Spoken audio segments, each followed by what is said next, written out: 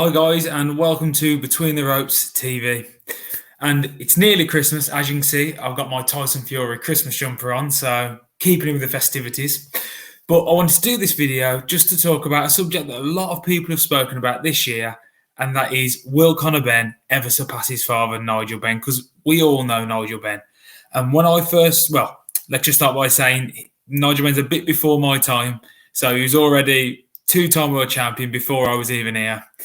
So when I started getting into boxing and you talk to all these boxing fans who are older than you, they'd always tell you, watch Mike Tyson, watch Nigel Benn, watch Chris Eubank. That's all I kept hearing of everybody I spoke to. So as I got into boxing, it was like, right, I've got to look at Nigel Benn. And I did. And straight away when you watch him, it's just, he was something different. He had some real power to him, which was evident from his 22 wins by knockout in his first 22 fights. And you just look at his resume and he was just a top fighter. And I think that he won, he won 42 with 35 KOs. That, for me, that just shows his power. And at middleweight and super middleweight, they've got some big punches, but they've also got boxers. He's a good weight class to be in. And as we've seen today with Canelo in it, you can really have the big punches. And of that era, that's exactly what he was.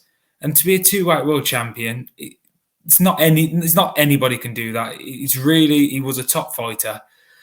But his head movement was something I noticed when I went back and watched him. He ducked quite low. And I've noticed that Conor Benn, at the start of his career, he tries to do exactly the same. He would be ducking low and he just wasn't pulling it off very well. He didn't look comfortable with it. And I remember watching it back then and thinking, he's got a long way to come. But you watch Conor Benn now, and he does that movement, but he's more confident, and it's not just head down, really low, not looking at the opponent. And I think he's picked up a lot from his dad. He's picked up those kind of movements, but he's starting to master them and make them his own. But we'll get to more to Conor. This is still a bit more about Nigel, because the legacy he's left behind him, he was a dark destroyer. He was just what he says on the tin. And he went and he did hurt people, but a lot of the time he'd be put down and he'll get up and he'll finish the fight by knocking his opponent out. And there's a lot you take from that. And I think a lot of boxers coming through look up to him. And Ben had first-hand experience on looking up to him, and it's just paying off now. And it's hard because as soon as Ben hits that limelight and he started becoming a boxer and having his pro fights, straight away, people compared him to his dad.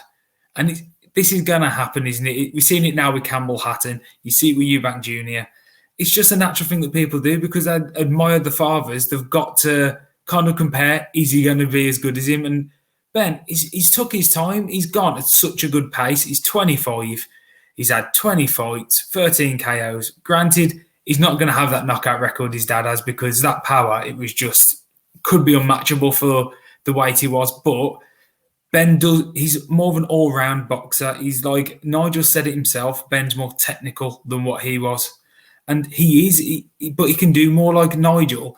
He changed as he got older. When he was getting older, he changed his style a bit. But Ben, in his last 4 fights alone, we've seen he can outbox a boxer. He can stop someone with a flurry of punches who is used to going in a war. He can, the combo against Algeria, he's just got that power as well, which we finally saw, the one-punch power in that, well, maybe two. But it was just a fantastic performance that was, and it's just proved how much he's come on.